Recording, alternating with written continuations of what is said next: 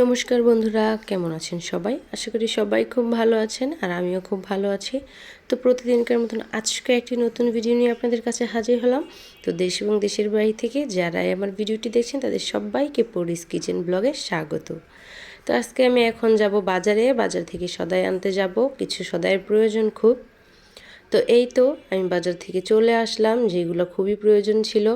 প্রয়োজন বলতে সবজি টবজি ঘরে তেমন কিছু ছিল না, তো তার জন্য আমি সকাল সকাল ঘুম থেকে উঠে স্নান টান করে বাজারে চলে গিয়েছিলাম বড় যাকে নিয়ে। তো এই তো নিয়ে আসলাম কাঁচা আম, তারপর পেঁপে, তারপর গাজর, শসা, লেবু, যা যা আর কি লাগে নিত্য প্রয়োজনীয় খাবারের মধ্যে। আর কাঁকরোল নিয়েছিলাম। তো এইগুলো কিন্তু আজকের সবজি বাজার। তো কাঁকরোলটা কিন্তু আমার শাশুড়ি মা খুব পছন্দ করে, মানে ভাজি করে দিলে। তো এর জন্য ওনার জন্য কাঁকরোল নিয়ে আসলাম। আর পেঁপে দিয়ে শুক্তো খাবো, যেহেতু গরম খুব। আর গাজর মেয়ের জন্য আনছি। তো যাই হোক, ঘরে পেঁয়াজ ছিল না, তো পেঁয়াজ আর মাংস আনলে তো অবশ্যই শসা লেবু আনতেই হয়। তো সেটা মনে করে শসা নিয়ে আসলাম সাথে, আর পেঁয়াজ নিয়ে আসছি। তো এখন এগুলোকে আমি সুন্দরভাবে ঠিক মতো জায়গা মতো গুছিয়ে রাখছিলাম। তো এইগুলোকে গুছিয়ে রাখতে রাখতে এই সাইড দিয়ে আমার বড় যা আমাকে একটা ইলিশ মাছ দিয়ে গেল। মানে আমার বড় বাসুর কয়েকটা ইলিশ মাছ কিনে আনছে, তো সেইখান থেকে আমাকে একটা দিয়ে গেল এমনিতেই আমার বড় যা। তো এই মাছটাকে আজকে আমি রান্না করব না, এই মাছটাকে আমি এখন পলিথিনে ভরে আবার ফ্রিজে রেখে দিব, কারণ এটাকে আজকে কাটবো না, রান্নাও করব না। তো আমি একটা মুরগি এনেছিলাম, ফার্মের মুরগি। তো সেই মুরগিটাকে আজকে বিরিয়ানি রান্না করব, তার জন্য এটাকে ভালো করে ধুয়ে দেয় কেটে নেব।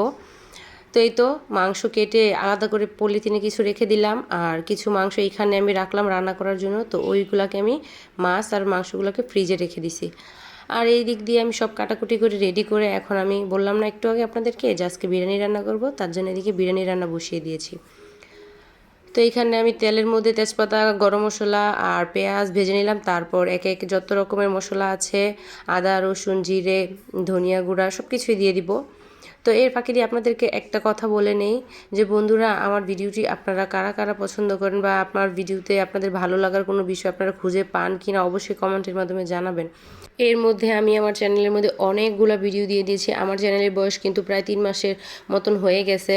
তো তার মধ্যে কিন্তু আমি 90টার উপরে ভিডিও আপলোড করে দিয়েছি, আর শর্ট আর অনেক ভিডিও নিয়ে কিন্তু 100-র উপরে অনেক ভিডিও হয়ে গেছে।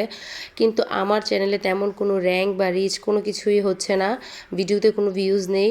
প্রতিদিন এত কষ্ট করে আমি একটা করে ভিডিও আপলোড করি, অথচ আমার প্রিয় ভাই বোনেরা হয়তো আমার ভিডিওগুলো পছন্দ করছেন না, তার জন্য হয়তো আমার ভিডিওগুলোতে বেশি ভিউজ আসছে না। মাঝে মধ্যে মনটা খুব খারাপ হয়ে যায়, এত কষ্ট করে ভিডিও আপলোড করার পরেও আমার ভিডিওগুলা মানে আমার ভাই বোনদের কাছে ভালো লাগে না। তো আমার ভিডিওতে আপনারা কি মিস করেন, বা আমার ভিডিওতে ভালো না লাগা বা লাগার বিষয় কোনগুলো আছে, আপনারা একটু প্লিজ কমেন্ট করে জানাবেন। তো আমি তো অনেক চেষ্টা করতেছি যাতে আপনাদের কাছে ভালো লাগে এরকম কিছু ভিডিও আনার, কিন্তু আমি হয়তো আপনাদের মন মতন কোনো ভিডিও আনতে পারতেছি না। তবে আপনারা প্লিজ আমার পাশে থাকবেন, একটু আমার ভুলগুলো আপনারা একটু ধরিয়ে দিবেন, আপনারা একটু বুঝিয়ে দিবেন ছোট বোনের মতন মনে করে। তো আমি আসলে কি বলবো, আমার খুব মনটা খারাপ হয়ে যায় মাঝে মধ্যে, এমনই মনে হয় এই ইউটিউব ছেড়ে আমি এখনই বের হয়ে যাই। হয়তো এই ইউটিউবের দ্বারা আমার আর কিছু করা হবে না, কারণ যেখানে ভিডিও আপলোড করতেছি প্রতিদিন একটা করে, সেইখানে আমার কোনো ভিডিওতে ভালো ভিউজ আসছে না, একটা ভিডিও ভাইরাল হচ্ছে না। আর সেই জায়গায় আমি এত কষ্ট করে তারপরে আমি এর ইউটিউব থেকে কি পাবো, মাঝে মধ্যে এগুলো ভেবে মনটা খুব খারাপ হয়ে যায়। তবুও আশা করি আমার ভাই বোনেরা, আমার প্রিয় যে ভাই বোন আপুরা আছে, সবাই যদি আমাকে একটু সাহায্য করে তাহলে অবশ্যই আমি একটু ভালো জায়গায় পৌঁছাতে পারবো। আমি আসলে অনেক ট্রাই করছি যাতে ভালো ভালো ভিডিও আপনাদেরকে উপহার দিতে পারি। তবে ফার্স্ট টাইমে হয়তো আমি কিছু কিছু ভুল করতেছি, তবে আপনারা যদি এগুলো ভুলগুলো ধরিয়ে দেন বা বুঝিয়ে দেন, বা আমি যদি একটু ট্রাই করি ভালো করে বুঝে শুনে ভিডিও আপলোড করার, তাহলে হয়তো খুব তাড়াতাড়ি সেই সব কিছুই সম্ভব। তো যাই হোক বন্ধুরা, আমি প্রতিদিন একটি করে ভিডিও আপলোড করি। প্লিজ আপনারা সবাই আমার ভিডিওটা একটু ভালো করে দেখে কমেন্ট করবেন, আমার ফুল ভিডিওটা আপনারা ওয়াচ করবেন, আর অবশ্যই লাইক কমেন্ট করবেন। আপনাদের একটি লাইক একটি কমেন্ট আমাকে আবার একটা নতুন ভিডিও বানানোর জন্য খুব উৎসাহিত করে। আমি কিন্তু কিছুদিন ধরে ভালো করে তেমন একটা টাইম মতন ভিডিও আপলোড করছি না, কারণ আমার মনটা খুব ভেঙে যাচ্ছে। আসলে 24 ঘন্টার মধ্যে যদি নতুন চ্যানেল হিসেবে একটা ভিডিও 100-র উপরে ভিউজ না হয়, সেটা কিন্তু খুবই কষ্ট লাগে। আসলে আমি এত বেশি কিছু যাইনি, অন্তত চেয়েছিলাম 24 ঘন্টার মধ্যে যদি 100-র উপরে একটা ভিডিও মানে যায়, তাহলে কিন্তু আস্তে আস্তে ভিডিও চ্যানেলটাও ভালো একটা র্যাঙ্কে যায়, আর ভিডিও ভিউজটাও একটু বাড়ে। কিন্তু সেটা কোনো মতেই হচ্ছে না। আমার ভিডিওতে আজকে কয়েকদিন যাবত 40টা 30টা 20টা এরকম করে ভিউজ আসছে। তো মনটা একদম নষ্ট হয়ে গেছে, খুব কষ্ট লাগে এত কষ্ট করে ভিডিও করে যদি মানে একটা ভিডিওতে ভিউজ না আসে। তাই প্রতিদিন ভিডিও আপলোড করতেছি না, মন মানসিকতা খুব খারাপ।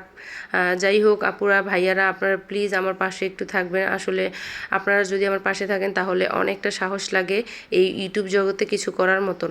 আর আপনারা যদি আমার পাশে না থাকেন তাহলে আমি এই ইউটিউব জগতে কী বা একা একা করতে পারবো বলুন। তো তার জন্য সবার কাছে আমার একটাই রিকোয়েস্ট, আমার চ্যানেলটি যদি আপনার কাছে প্রথম গিয়ে থাকে প্লিজ সাবস্ক্রাইব করে আমার চ্যানেলটির পাশেই থাকবেন। আর যদি আপনারা আমার রেগুলার বন্ধু হয়ে থাকেন প্লিজ আমার পুরো ভিডিওটি ওয়াচ করে একটা সুন্দর গঠনমূলক কমেন্ট করবেন, একটি লাইক করে আমার চ্যানেলটির পাশেই থাকবেন। তো বন্ধুরা, আপনাদের সাথে সব কথা বলতে বলতে কিন্তু আমার এইদিকে বিরিয়ানিটা প্রায় রান্না শেষ হয়ে গেছে। এখন এটাকে আমি একটু ডেকোরেশন করে নেব একটা প্লেটের মধ্যে নিয়ে।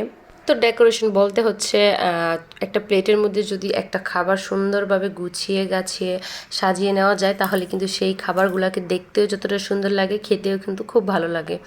তো আমি এরকমভাবে একটু সাধারণ করে প্লেটটাকে সুন্দর করে সাজিয়ে নিচ্ছিলাম লেবু শসা তারপর পেঁয়াজ দিয়ে। আর বন্ধুরা হ্যাঁ, আমার কিন্তু বিরিয়ানিতে পেঁয়াজ ছাড়া একটু ভালো লাগে না। শসা লেবু না হলেও চলবে, কিন্তু বিরিয়ানিতে পেঁয়াজ না হলে কাঁচা পেঁয়াজটা আমার লাগবেই লাগবে। তো যাই হোক, এই তো দেখুন কিউটভাবে আমি সাজিয়ে নিলাম আমার বিরিয়ানির প্লেট। তো আপনাদের সাথে অনেক কথা বলে ফেলছি, আর এই কথা বলার মাঝখান দিয়ে কিন্তু আমি বিরিয়ানিটা রান্না করে নিয়েছি। তার মধ্যে বিরিয়ানিতে কী কী মশলা দিলাম, কখন কি করলাম, কোনো কিছু শেয়ার করা হয়নি। মানে সব মশলা বলে বলে শেয়ার করা হয়নি। এমনিতে তো আপনারা দেখতেই পাবেন যে কিসের পর কি দিয়েছি। তো যাই হোক, বিরিয়ানিটা কিন্তু খুব টেস্টি হয়েছিল। আর বন্ধুরা, আপনারা প্লিজ আমার পাশে থাকবেন, আমাকে একটু সাপোর্ট করে আমাকে এগিয়ে নিয়ে যেতে সাহায্য করবেন।